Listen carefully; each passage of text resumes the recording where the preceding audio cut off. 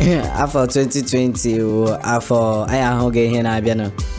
O bidoro dịka magic.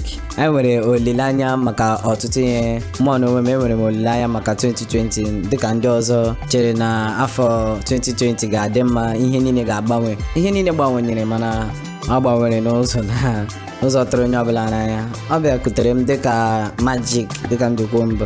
Ọ bụghị ihe m chere ga-emenụ. Ọ bụ afọ o were ka o si dịrị, ihe aga otu esi chee ya. Ihe ndị anyị chere ga-eme na awụ nke mere. Ịma enwe mgbe ị ga-nọrọ ọdụ gị sị oke January to March ihe ahịa ga-eme, mana dịka a na-atụ anya a na-ele anya otu ọrịa abịa na March bịa tọsasịa ihe niile. A ga-asị gị na ọwụ ihe bịakwutere onye ọbụla n'ike. Ọ gwụrụ ike, o nyere nsogbu n'etiti ya. Anyị agbalịkwe kulitekwa na-aga n'iru ihe anyị ji were ya na-amaneji na-aga.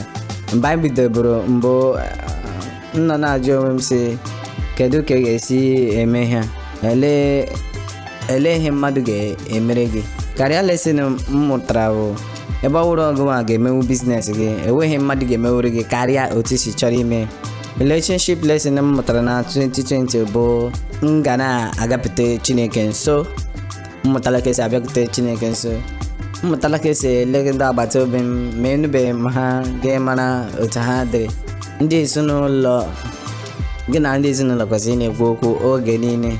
Ọha naanị ndị nwere mgbe ihe gara n'ụzọ na-adịghị mma. Amụtala m ị na-check up on people, mara na ọ bụghị oge eji aga iwu maka ịkpọbe m mba ka ha ga-eme ka ma hapụ ịkpọ gị, ka ha ga-emetụta m ihe ọbụla m izite ozi. I'm just checking on you and otu ahụ ka ọ dị. Ọ bụrụ na ị hụrụ ya bụ ozi ederede zitere gị ma ịhụghị ya, gị gbalịsi ike hụ na izitekwara onye ahụ ozi. Ya bụ relationship ya na-aga n'ihu. Afọ 2020 ewela otu ochi kpọkọta onye ọbụla nso ka anyị nwee enough time with families and ndị ọzọ. Family ozi ihe m tiri mbụ, ezinụlọ ozi m tiziri mbụ ka m ike mụtakwa ihe n'ime ya. Na ebe relationship na amụtara m ọtụtụ ihe n'afọ. Life lesson ị na-ewere ihe otu isi ihe ya, ịma otu esi ikwu ya mmadụ chee Chineke echigharịa. Mgbe ọbụla bịakwutere gị otu ahụ, dịrị njikere ịkwado onwe gị ka ị na-aga n'iru. Echetara mgbe ọrịa bidoro, ike gwụrụ m, mbawela na depression. Ama m naanị m, mana mgbe ahụ itetara n'ụtụtụ, mgbe ahụ ibidoro ma ihe niile ahụchala ozi onye na-akpọ gị lam.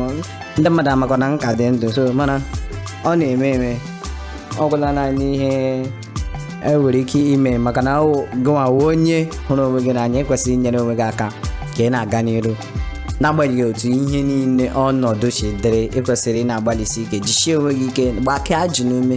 Ama m na ọ dịghị mfe, ọ rakwara n'ahụ ime ka ihe ndị na-arụ ọrụ, mana afọ 2020 wee afọ eji amụta ọtụtụ ihe. N'agbanyeghị ihe niile batara na ebidoro m biznes ọhụrụ na-eto obere. Anọ m ọ dịghị m ọsịsọ irute ebe ọbụla.